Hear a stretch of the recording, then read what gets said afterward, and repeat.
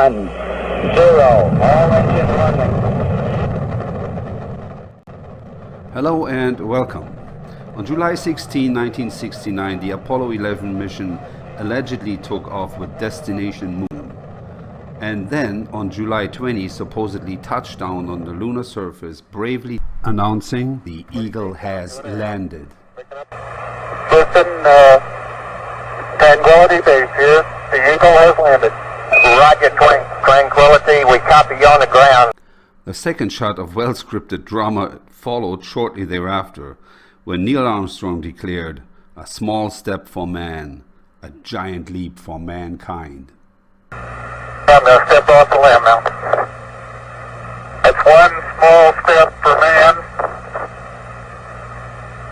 one giant leap for mankind.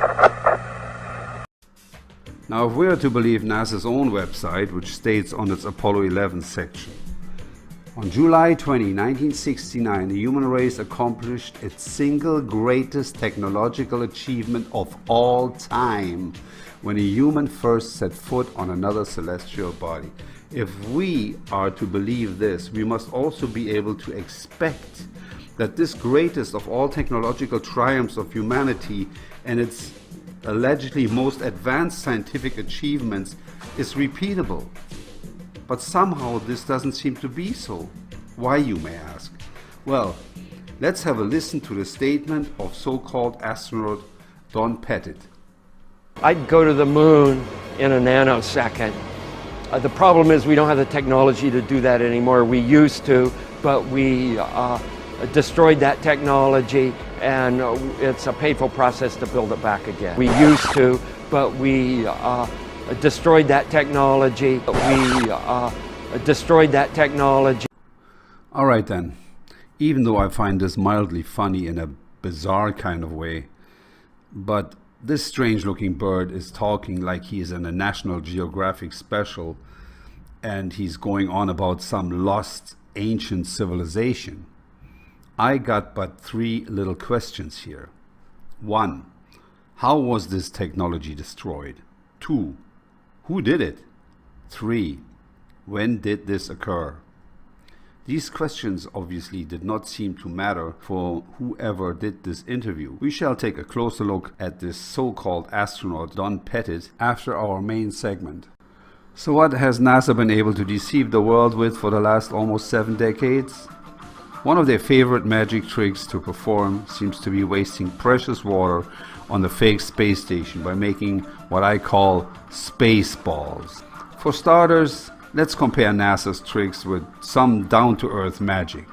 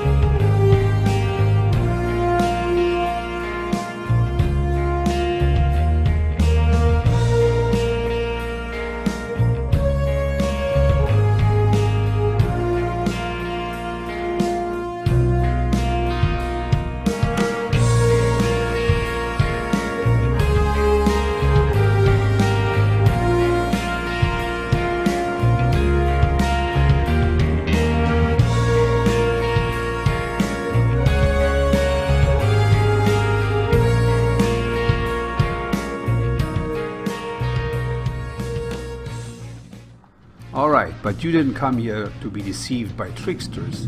You came here to find out how to make your very own SPACEBALLS.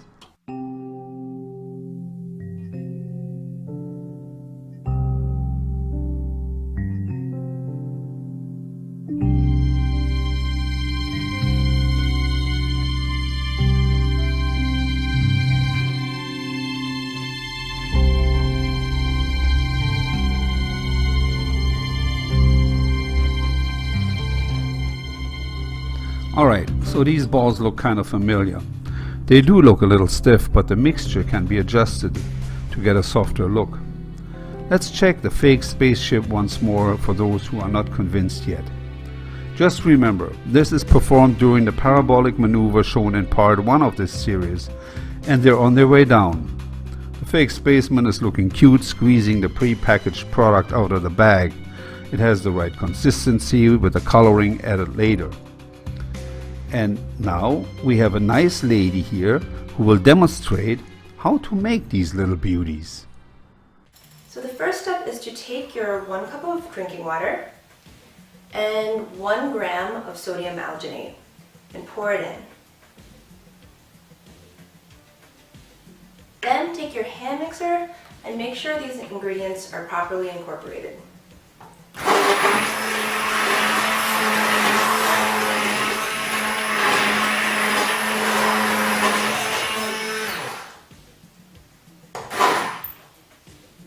Once you're confident that they're properly incorporated, set the mixture aside for 15 minutes to ensure that there are no air bubbles.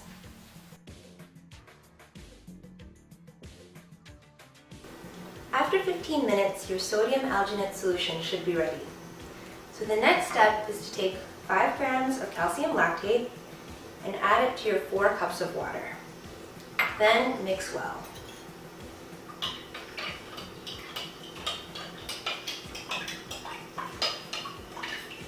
You want to make sure the calcium lactate is completely dissolved.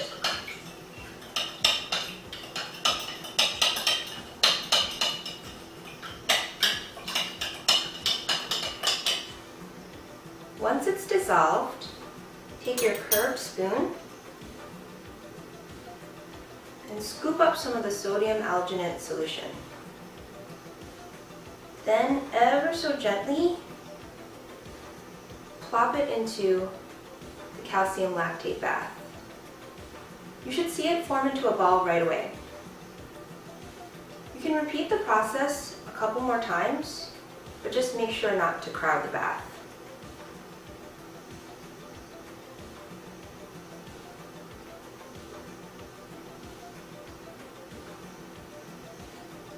I see them forming. Then, ever so gently, stir this solution for about 3 minutes.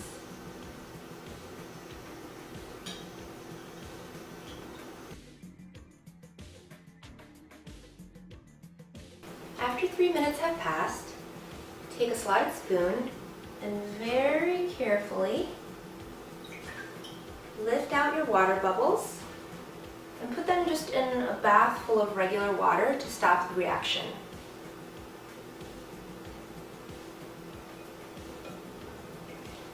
And there you have it, your edible water bottles.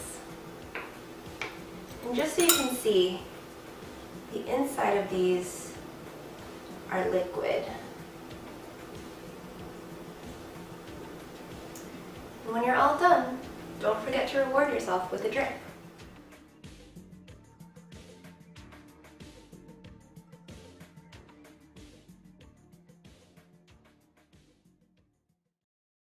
So there you have it, folks, Spaceballs. And here are a couple of suggestions for practical usage of Spaceballs right here on Earth. First, you could bring some as party favors to amaze flat earthers and globetards alike at a friendly get-together. Or, if you have kids, you can have your kids have some fun, right at home or even at school. For example, bringing it to a show and tell. I'm sure it would provide some stimulating interaction between student and teacher. And I hope you will be able to have some fun with this.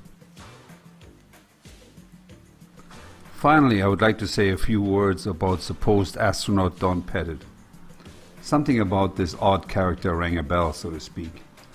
Given the fact that the majority of humanity is mentally enslaved through a worldwide cartoon narrative of centrally directed TV news and entertainment propaganda, and seeing how just recently the Disney Cinderella Castle logo showed up on a screen at NASA Mission Control Center, I came to realize how this weird looking fella resembles an old Disney character, The one I'm talking about is gyro gear loose.